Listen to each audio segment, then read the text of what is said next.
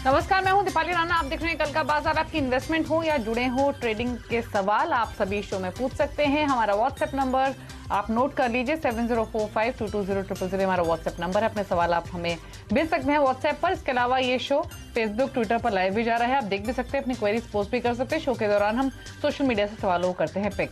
आज हमारे साथ आपकी क्वेरीज को आंसर करने के लिए शेयर इंडिया के रवि सिंह मौजूद है। रवि से बातचीत करेंगे, लेकिन उससे पहले आज बाजार में हुआ क्या वो बता देते हैं। यूएस फेड के चेयरमैन की तरफ से जो हॉकिश कमेंट्स आए, जिसमें उन्होंने क्लियरली इंडिकेट किया कि इन्फ्लेशन को रेस्ट्रेन करने के लिए वो स्ट्रिक्ट मेजर्स उठाते रहेंगे, ब्याज दरें आगे भी बढ़ेंगी, ये पूरा क्लियर इंडिकेशन दिया। जिसके बाद हमने ग्लोबल बाजारों में तो सेल ऑफ देखा है, उसका असर भारतीय बाजारों पर भी पड़ा। आज गैप डाउन ओपनिंग हुई, हालांकि दिन के निचले स्तरों से तो थोड़ा रिकवर हुए। एक जो नीजर्क रिएक्शन खुलते ही बाजार में था, लेकिन उसके बावजूद भी कमजोरी के साथ ही बंद हुए हैं। सेंसेक्स 861 अंक गिरकर बंद हुआ है। निफ्टी 246 अंक गिरकर बंद हुआ। सबसे ज्यादा पिटाई हुई आईटी सेक्टर की। बीएससी पर आईटी इंडेक्स में 3.5% की गिरावट रही। इसके अलावा बैंक, मेटल और रियल्टी स्टॉक्स पे दबाव रहा। हालांकि इस गिरावट में तेल, गैस, एफएमसीजी स्टॉक्स में या फिर सिलेक्टिव हेल्थ केयर स्टॉक्स में खरीदारी हुई है। इंपॉर्टेंट यह है कि एफआई जो अगस्त की शुरुआत से लगातार खरीदारी कर रहे थे, उन्होंने आज बेचा है। हालांकि क्वांटम ज्यादा नहीं है, फिर भी 550 करोड़ के आसपास की बिकवाली एफआई की ओर से हुई है। डीआईएस ने खरीदारी की 144 करोड़ की। तो ये है आज मार्केट का हाल। रिलायंस पर भी बातचीत करेंगे, लेकिन पहले क्विकली एक निफ्टी पर राय ले लेते हैं और कल का एक आउटलुक ले लेते हैं। रवि नमस्कार, स्वागत है आपका। तो पहले तो बताइए कल के लिए क्या सजेशंस हैं। संकेत तो खराब ही थे, खराब शुरुआत हुई, दिन भर हमने दबाव के साथ ट्रेडिंग होते हुए देखी। कल के लिए क्या क्यूज और क्या व्यू मार्केट्स पर? दीपाली जी, बिल्कुल अभी भी माहौल यहाँ पे थोड़ा सा खराब ही देखने को मिल सकता है। खासतौर से रुपया जिस तरीके से 80 रुपए के ऊपर एक बार क्रॉस कर लिया, उसके बाद हालांकि बंद तो नीचे हुआ, लेकिन अभी भी जो रुपए में वीकनेस है वो कंटिन्यू बढ़ सकती है। और हाल फिलहाल में अगर 3 से 6 महीने के हिसाब से देखते हैं तो मुझे लगता है रुपया 85 तक जा सकता है। और ऐसे में ज्यादातर सेक्टर में अब जो आपको थोड़ा सा जो है मुनाफा वसूली देखने को मिल सकती है। यहाँ पर निफ्टी के लेवल्स की बात करें तो 17,280 का काफी इंपॉर्टेंट लेवल है इंट्राडे के हिसाब से, और मुझे ऐसा लगता है कि कल शायद इसके नीचे खुलेगा। अब 16,800 950 तक के लेवल लॉन्ग टर्म की तरफ एक बार बनते हुए नजर आ रहे हैं। हालांकि अभी पैनिक सिचुएशन उतनी नहीं है। जब तक 16,200 के ऊपर मार्केट क्लोज है, तब तक अभी मेजर मूविंग एवरेजेस से ऊपर यहाँ पर चलेगा। लेकिन फिलहाल ऐसा लगता है कि एक 100 पॉइंट की करेक्शन आपको देखने को मिल सकती है। और कल की स्ट्रैटेजी के लिहाज से अगर जाते हैं तो आप 17,500 की कॉल आप यहाँ पर सेल करके चल सकते हैं। दूसरी साइड में अगर हेड पोजीशन के हिसाब से देखते हैं तो आप 17,100 और 17,000 वाली पुट भी यहाँ पर बाय करके चल सकते हैं, क्योंकि मार्केट में थोड़ा बहुत करेक्शन यहाँ पर देखने को मिलेगा। अगर 17,380 और 400 के बीच के लेवल्स आते हैं, गैप ओपनिंग होती है या गैप ऊपर दिन भर में मार्केट रिकवर होता है, तो क्लोजिंग तक में सेशन में फिर से एक डाउनफॉल यहाँ पर देखते को मिलेगा। तो ओवरऑल ऊपरी लेवल से एक दबाव बनता हुआ बार बार नजर आता रहेगा। ठीक है, तो मार्केट में थोड़ा सा प्रेशर और दिख सकता है, ये यहाँ पर रवि कह रहे हैं। लेकिन अब बात रिलायंस से भी कर लेते हैं। आज रिलायंस के एजीएम के मायनों में महत्वपूर्णता काफी रही और रिलायंस के चेयरमैन मुकेश अंबानी ने कंपनी में नए लीडरशिप प्लान का ऐलान किया। तो कैसे 5G देश और जियो दोनों की ताकत बनेगा, ये भी बताया। आकाश अंबानी को जियो की कमान देने के बाद अब ईशा अंबानी को रिटेल कारोबार की जिम्मेदारी दी गई है। वहीं अनंत अंबानी को न्यू एनर्जी में बड़ा रोल मिला है। मुकेश अंबानी ने बताया कि रिलायंस का 2027 तक मार्केट कैप बढ़ाकर दोगुना करने का लक्ष्य है।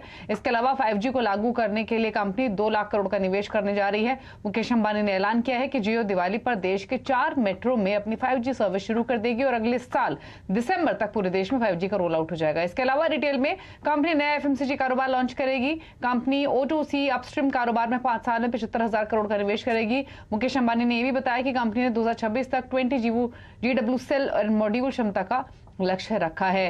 रिलायंस इंडस्ट्रीज पर अब जो ब्रोकरेज रिपोर्ट्स आएंगी सुबह, वो काफी इंपॉर्टेंट रहेंगी इस एजीएम के बाद। लेकिन हाँ, एक क्लियर इंडिकेशन दिया है मैनेजमेंट ने कि क्या विजन वो यहां से लेकर चल रहे हैं। नई लीडरशिप का भी अनाउंसमेंट की है। क्या व्यू है आपका रिलायंस पर, रवि?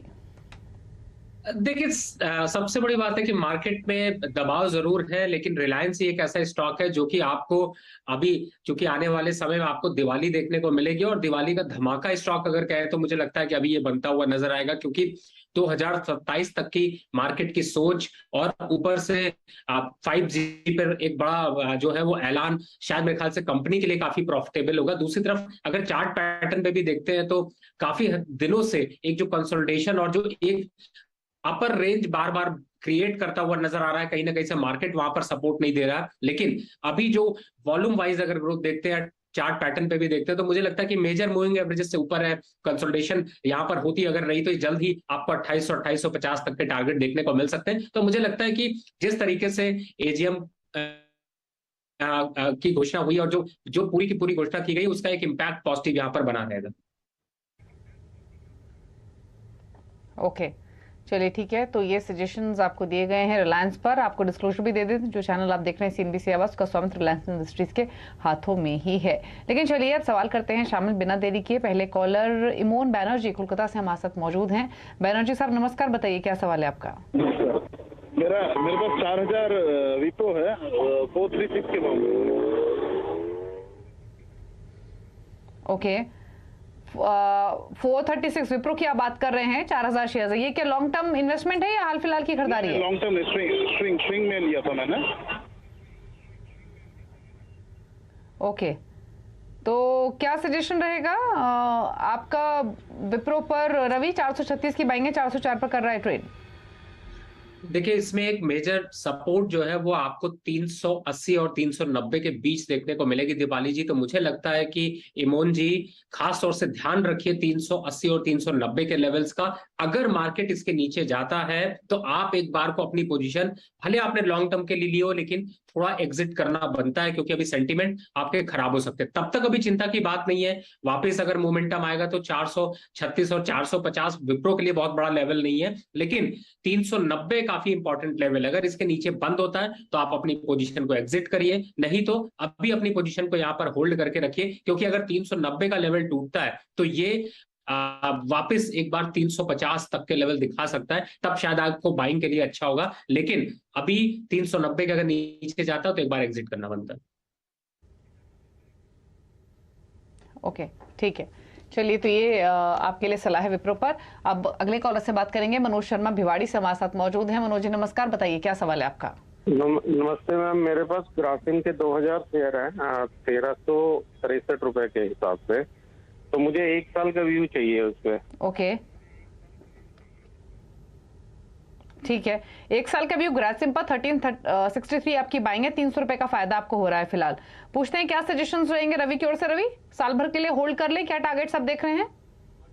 2000 के टारगेट तो इन्हें आसानी से मिल जाएंगे यहाँ पर दीपाली जी। मुझे लगता है मनोज जी, आप अपनी पोजीशन को अभी होल्ड कर के रखिए। अगर थोड़ा और खरीदारी करनी है, कुछ दूसरे शेयर में देख रहे हैं, तो मुझे लगता है और खरीदारी की सोचिए, क्योंकि ये आपको दिसंबर एंड तक 2000 के लेवल दे सकता है। और मार्केट में मोमेंटम अच्छा है, मेजर मूविंग एवरेजेस से ऊपर चल रहा है।